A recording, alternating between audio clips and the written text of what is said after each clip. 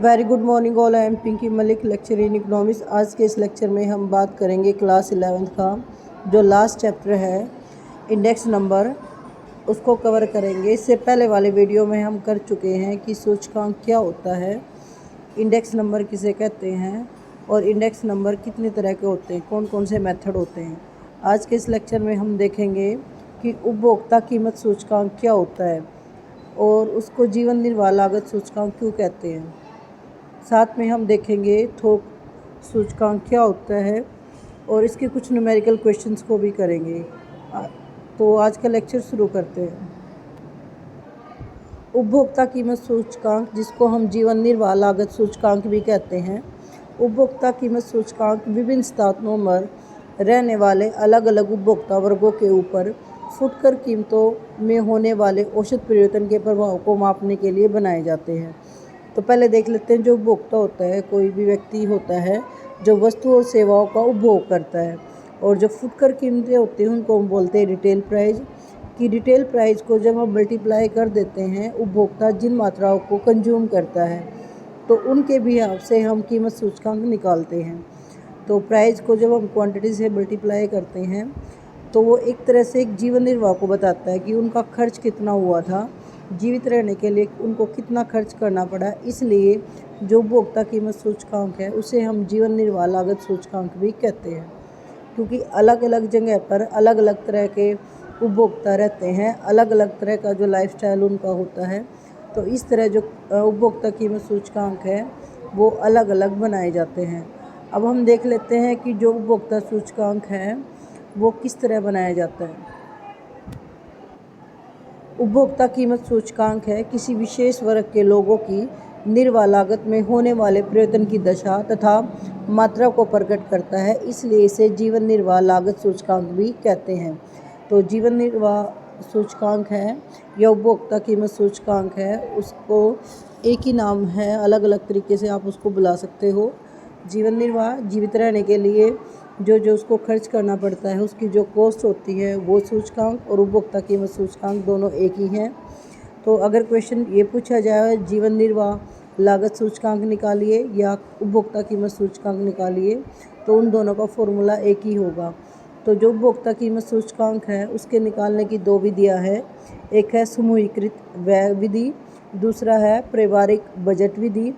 जो समूहीकृत विधि है, एक्सपेंडिचर मेथड है जो, वो सेम वही है जो लास्पियर का है।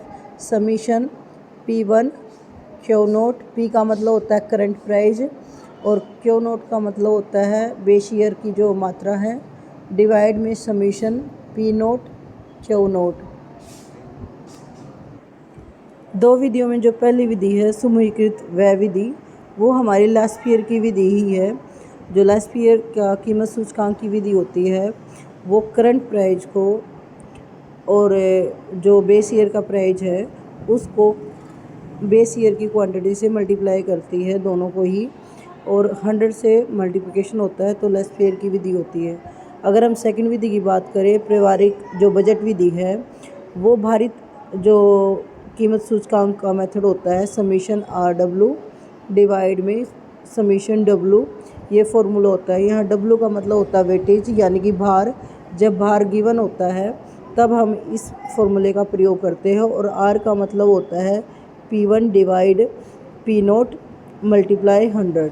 तो इस तरह हम R की वैल्यू निकाल लेते हैं, और R की वैल्यू निकालने के बाद जो W यानी कि भार है जो गिवन है उससे मल्टीप्लाई कर देते हैं। जो R है तो R का मतलब है प्रत्येक वस्तु का मूल्यानुपात, और जो मूल्यानुपात होता है वो होता है P1 divide P note multiply 100, और यहाँ W का मतलब होता है बार।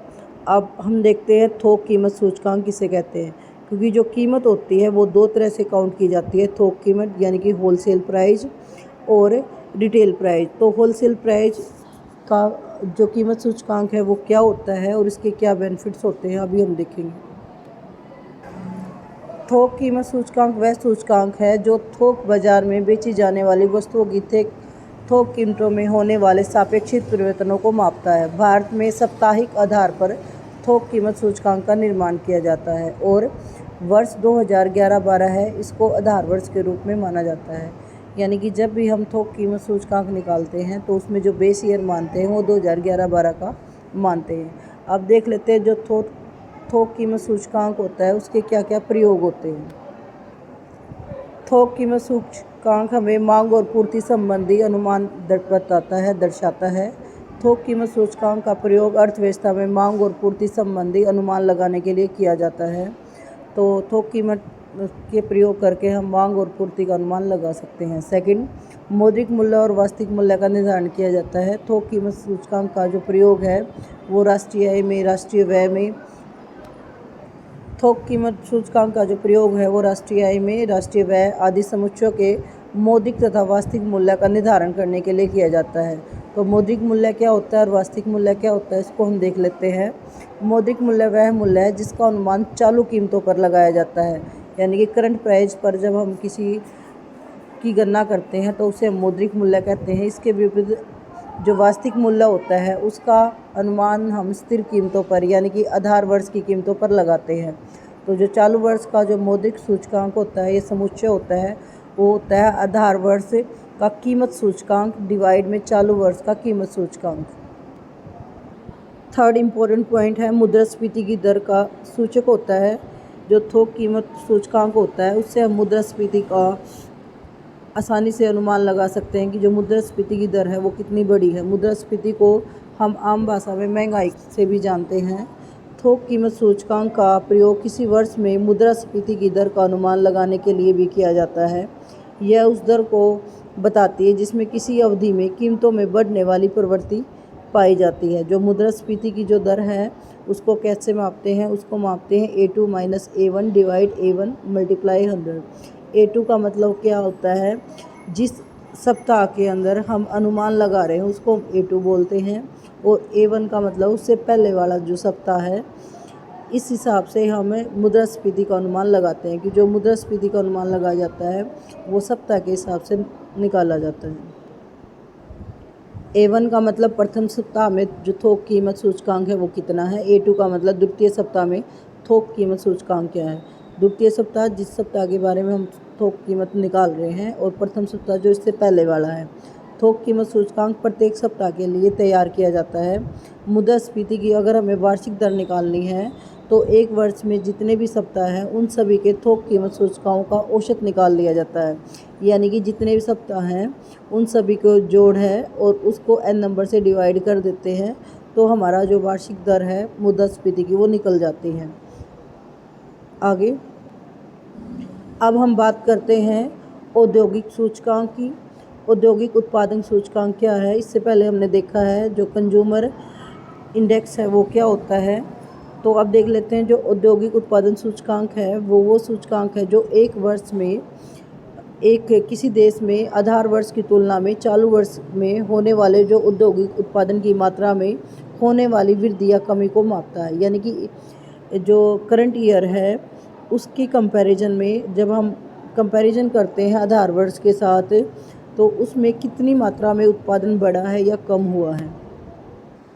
औद्योगिक उत्पादन सूचकांक बनाते समय हमें ये ध्यान लेना चाहिए, जो उत्पादन होता है उसका मतलब होता है कि सप्लाई में चेंज होना, यानी कि मात्रा में चेंज होना। तो जब औद्योगिक उत्पादन सूचकांक का निर्माण किया जाता है तो हम चेंज देखते हैं मात्रा का, ना कि प्राइस में। जबकि हम कंज्यूमर की बात करते हैं तो हम लेते हैं कि बेस ईयर का जो प्राइस है और लास्ट ईयर का जो प्राइस है, जो करंट प्राइस है यानी कि P1 है, और लास्ट ईयर यानी कि बेस ईयर का जो प्राइस है, उनके बीच में क्या डिफरेंस है। भारत में जो औद्योगिक उत्पादन का सूचकांक आधार वर्ष है वो 2011-12 है। इन सूचकांकों द्वारा हम औद्योगिक उत्पादन में होने वाली जो मात्रा है उसमें जो चेंज हुआ है उसका ज्ञान प्राप्त करते हैं। तो जो सूचकांक होता है P01 वो होता है समीशन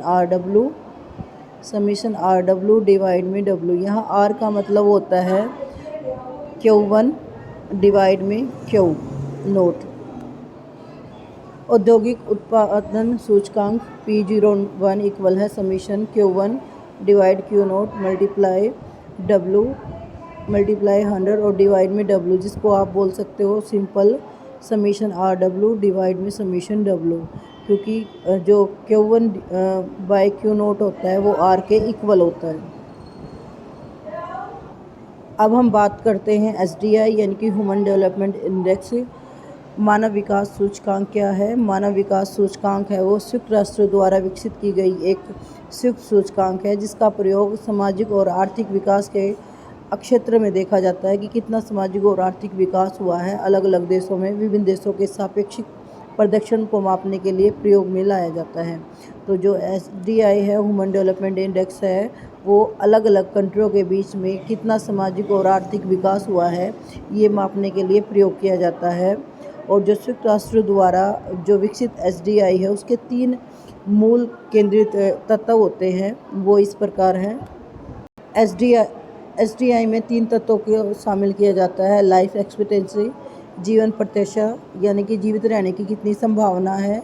एजुकेशन, शिक्षा कितनी प्राप्त करी है। और थर्ड है लाइफस्टाइल, स्टैंडर्ड ऑफ लिविंग, जीवन स्तर किस तरह का है। तो अगर ये तीनों अच्छी हैं तो जो SDI है वो सूचकांक ज़्यादा होगा।